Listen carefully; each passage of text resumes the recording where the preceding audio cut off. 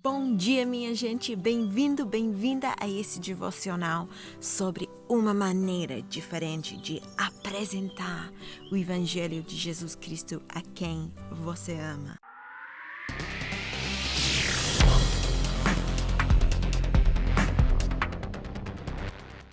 Então, claro, gente, tem muitas maneiras de explicar o Evangelho para quem você ama. O básico é falar que Jesus morreu pelos nossos pecados e nós precisamos de Jesus para receber a salvação. Não podemos ir para o céu sem Jesus, basicamente isso. Mas estava lendo Colossenses e eu vi Paulo apresentou o Evangelho de uma maneira mais poética.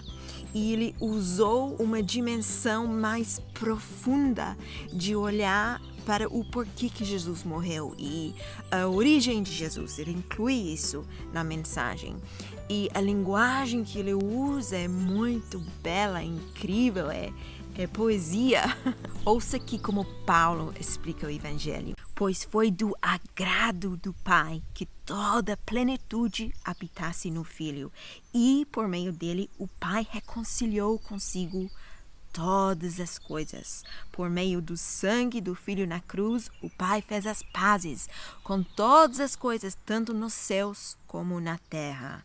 Isso inclui vocês, que antes estavam longe de Deus. Eram seus inimigos, dele separados por seus maus pensamentos e ações. Agora, porém, ele os reconciliou consigo por meio da morte do Filho no corpo físico. Como resultado, vocês podem se apresentar diante dele santos, sem culpa e livres de qualquer acusação. Uau! Que maneira diferente de se expressar, que coisa incrível. Ele falou que o Pai reconciliou todas as coisas a ele por meio da morte de Jesus Cristo. Que linguagem linda! E não é só nós, ele não falou só nós. Não, ele falou todas as coisas, tanto nos céus como na terra. Isso aí é novidade para mim. Eu não sabia que Deus reconciliou não só nós, mas também as coisas no céu para ele, através do sangue de Jesus Cristo. Será que para um anjo caído, se um anjo caído colocasse a fé dele em Jesus Cristo, será que ele também tem resgate?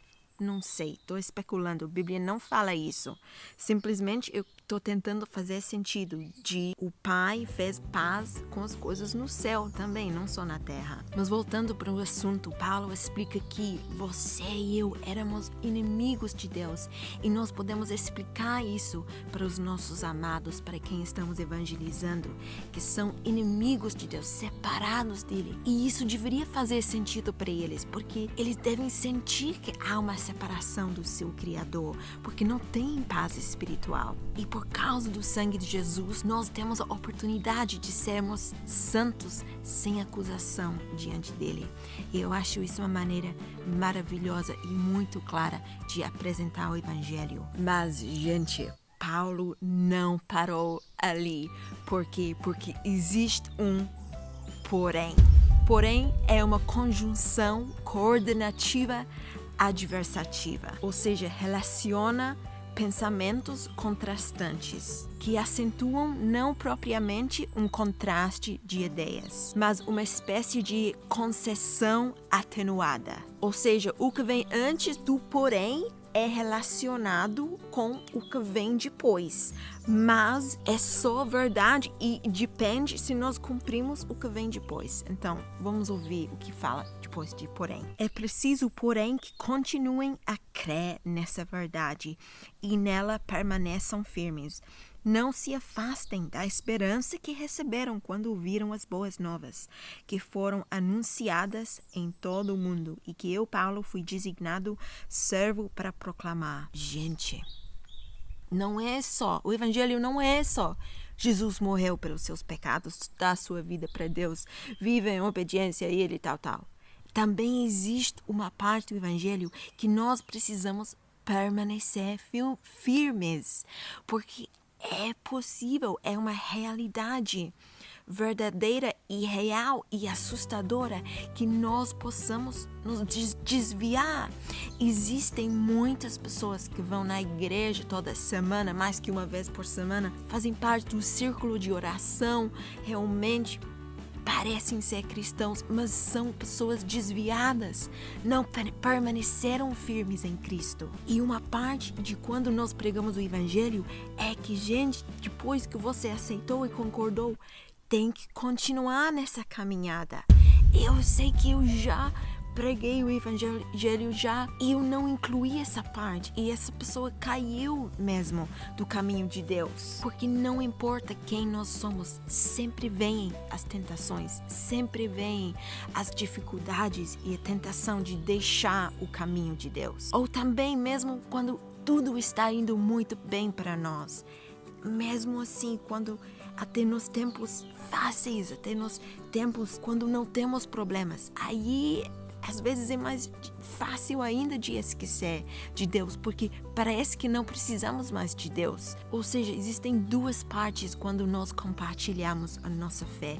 Primeira parte é Jesus morreu na cruz pelos seus pecados, dá a sua vida para Ele e nasça de novo e caminhe com o Espírito Santo todos os dias. E a segunda parte também temos que incluir é cuidado, seja atento, não se desvie, fique firme com Deus. E sabe que quando nós somos cristãos e depois nos desviamos e caímos assim, é pior do que se nunca tivéssemos conhecido a Deus. Sabe por quê? Porque o castigo é maior. E quando alguém escapa da maldade do mundo ao conhecer nosso Senhor e Salvador Jesus Cristo, mas depois se deixa emaranhar e se escravizar novamente pelo pecado, está pior que antes.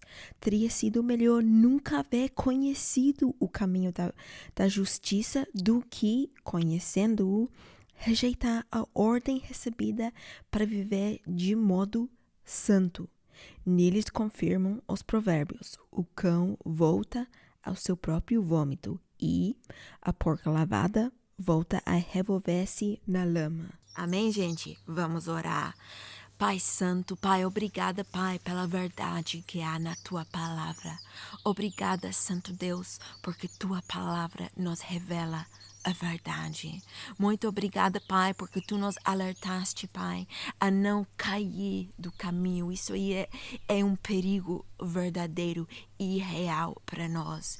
Pai, nós Te exaltamos, nós Te glorificamos, Pai, porque Tu és a nossa força, Tu és o nosso lugar seguro. Nós podemos nos esconder debaixo da sombra das Tuas asas e nós podemos confiar em Ti e esperar em Ti para que nós não desviemos do Teu caminho. E Pai, eu Te peço, Pai, que Tu dás para a pessoa em casa e também para mim as palavras certas quando nós precisamos explicar o Evangelho, que nós dês a maneira certa de apresentar àquela pessoa a qual estamos apresentando.